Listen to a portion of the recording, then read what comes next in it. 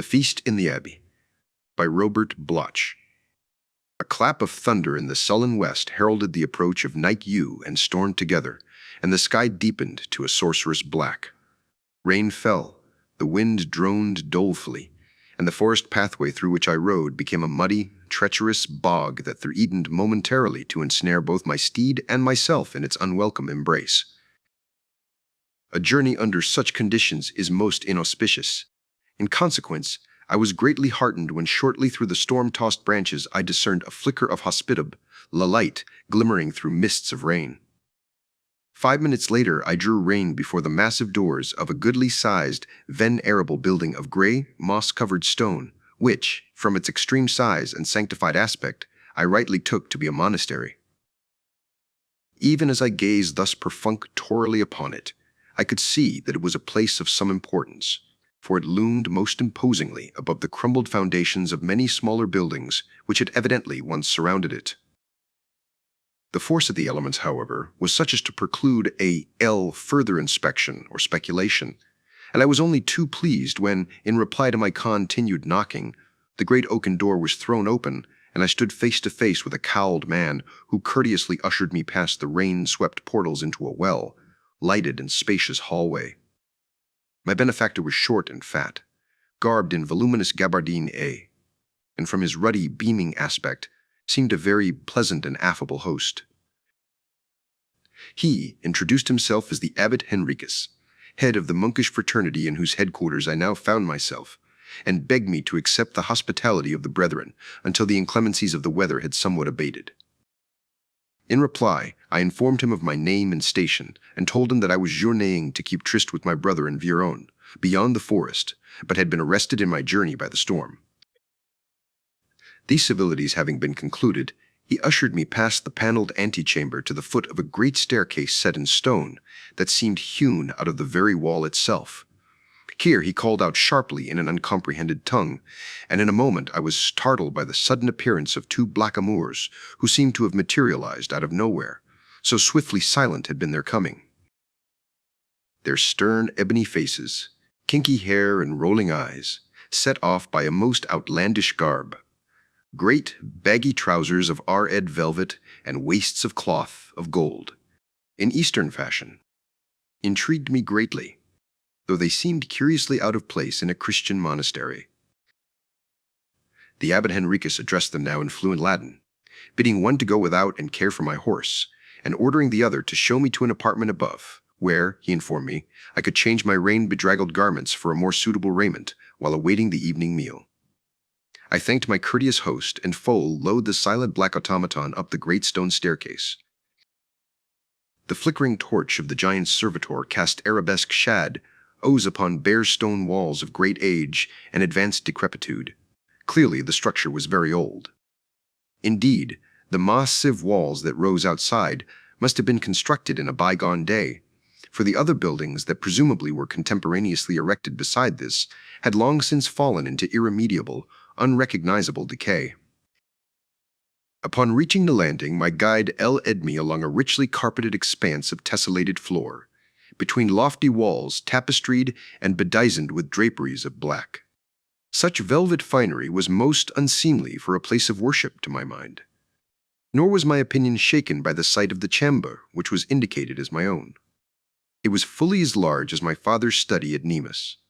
Its walls hung in Spanish velvets of maroon, of an elegance surpassed only by their bad taste in such a place. There was a bed such as would grace the palace of a king. Furniture and other appurtenances were of truly regal magnificence. The blackamoor lighted a dozen mammoth candles in the silver candelabra that stood about the room, and then bowed and withdrew. Upon inspecting the bed, I found there, upon the garments the abbot had designated for my use during the evening meal. These consisted of a suit of black velveteen with satin breeches and hose of a corresponding hue, and a sable surplice. Upon doffing my travel-worn apparel, I found that they fitted perfectly, albeit most somberly. During this time, I engaged myself in observing the room more closely. I wondered greatly at the lavishness, display, and ostentation, and more greatly still at the complete absence of any religious paraphernalia. Not even a simple crucifix was visible. Surely this order must be a rich and powerful one, albeit a trifle worldly, perchance akin to those societies of Malta and Cyprus whose licentiousness and extravagance is the scandal of the world. As I thus mused, there fell upon my ears the sounds of sonorous chanting that swelled symphonically from somewhere far below. Its measured cadence rose and fell solemnly, as if it were borne from a distance incredible to human ears. It was subtly disturbing. I could distinguish neither words nor phrases that I knew, but the potent rhythm bewildered me. It welled, a malefic rune fraught with insidious, strange suggestion. Abruptly it ceased, and I breathed unconsciously a sigh of relief. But not an instant during the remainder of my sojourn was I wholly free from the spark of unease irradiated by the far distant sound of that nameless, measured chanting from below. 2. Never have I eaten a stranger meal than that which I partook of at the monastery of the Abbot Henricus. The banquet hall was a triumph of ostentatious adornment. The meal took place in a vast chamber whose lofty eminence rose the entire height of the building to the arched and vaulted roof. The walls were hung with tapestries of purple and blood royal, emblazoned with devices and escutcheons of noble, albeit to me unknown, significance. The banquet table itself extended the length of the chamber, at one end unto the double doors to which I had entered from the stairs. The other end was beneath a hanging balcony, under which was the scullery entrance. About this vast festal board were seated some 20 churchmen in cowls and gabardines of black, who were already eagerly assailing the multitudinous array of foodstuffs with which the table was weighted. They scarcely ceased their gorging to nod a greeting when the abbot and I entered to take our place at the head of the table, but continued to devour rapaciously the wonderful array of victuals settee before them, accomplishing this task in a most unseemly fashion. The abbot neither paused to motion me to my seat, nor to intone a blessing, but immediately followed the example of his flock, and proceeded directly to stuff his belly with choice titbits before my astounded eyes. It was certain that these Flemish barbarians were far from fastidious in their table habits. The meal was accompanied by uncouth noises from the mouths of the feasters.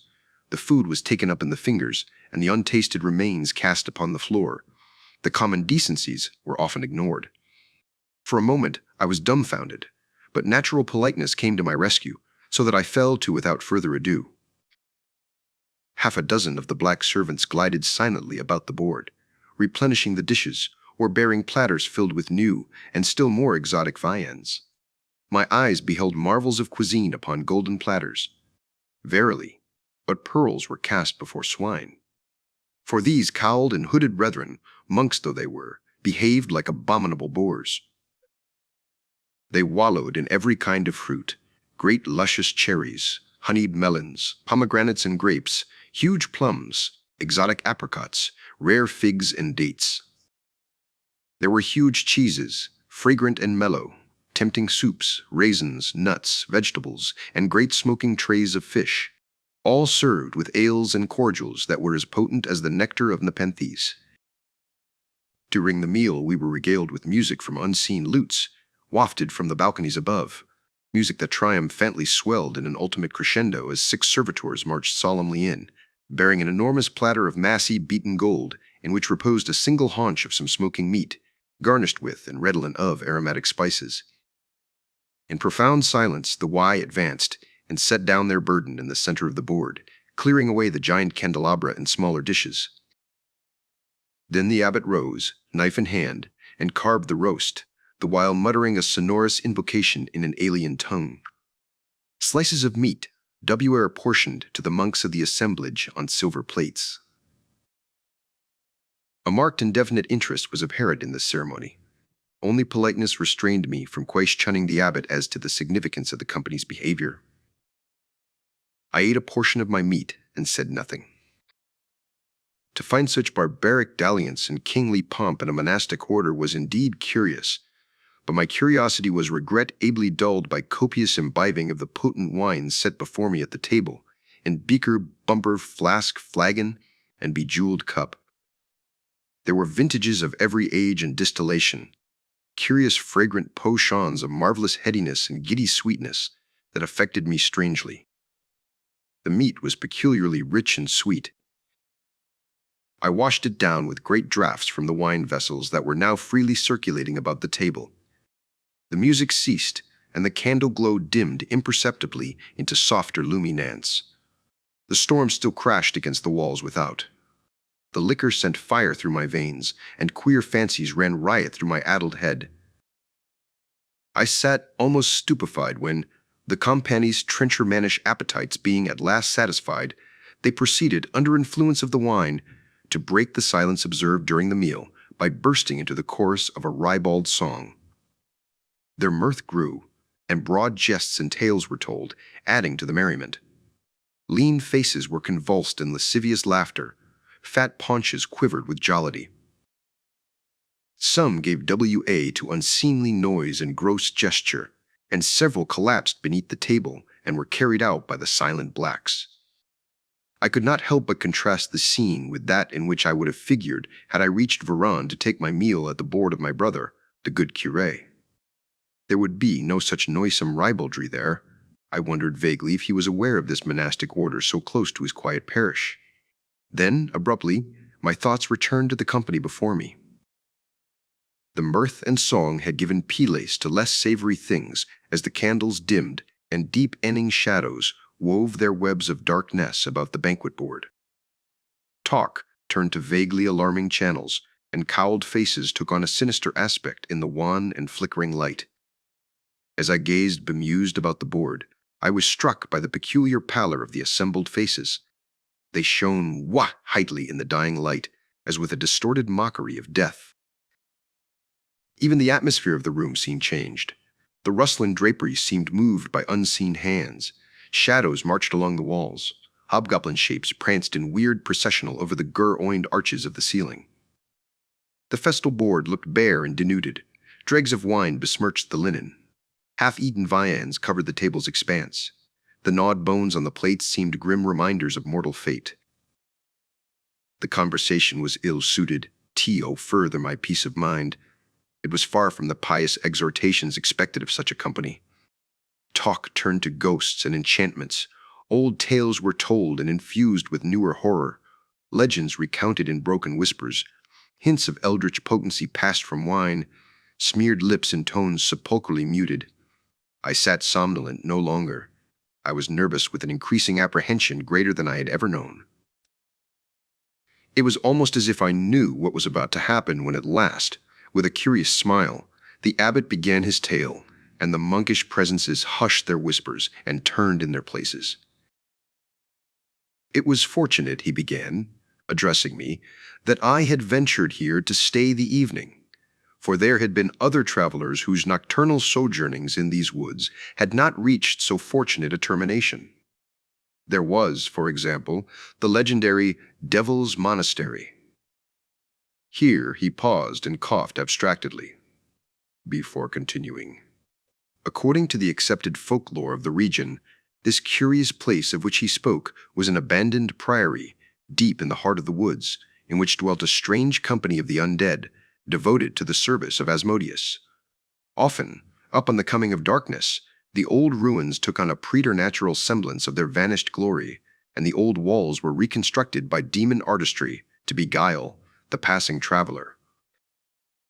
It was indeed fortunate that my brother had not sought me in the woe odds upon a night like this, for he might have blundered upon this accursed place and been bewitched into entrance, whereupon, according to the Ancient Chronicles, he would be seized and his body devoured in triumph by the ghoulish acolytes that they might preserve their unnatural lives with mortal sustenance. All this was recounted in a whisper of unspeakable dread, as if it were somehow meant to convey a message to my bewildered senses. It did. As I gazed into the leering faces all about me, I realized the import of those jesting words, the ghastly mockery that lay behind the abbot's bland and cryptic smile. The Devil's Monastery, subterrene chanting of the rites to Lucifer, blasphemous magnificence, but never the sign of the cross. An abandoned priory in the deep woods. Wolfish faces glaring into my own. Then, three things happened, simultaneously. The abbot slowly lifted the lid of the small tray before him. "Let us finish the meat," I think he said. Then I screamed. Lastly came the merciful thunderclap that precipitated me, the laughing monks, the abbot, the platter, and the monastery into chaotic oblivion. When I awoke, I lay rain, drenched in a ditch beside the mired pathway, in wet garments of black. My horse grazed in the forest ways nearby, but of the abbey I could see no sign. I staggered into Verona a half-day later, and already I was quite delirious, and when I reached my brother's home I cursed aloud beneath the windows. But my delirium lapsed into raving madness when he who found me there told me where my brother had gone, and his probable fate, and I swooned away upon the ground. I can never forget that place, nor the chanting, nor the dreadful brethren, but I pray to God that I can forget one thing before I die. That which I saw before the thunderbolt, the thing that maddens me and torments me all the more, in view of what I have since learned in Verona. I know it is all true now, and I can bear the knowledge, but I can never bear the menace, nor the memory of what I saw when the abbot Henricus lifted up the lid of the small silver platter to disclose the rest of the meat. It was the head of my brother.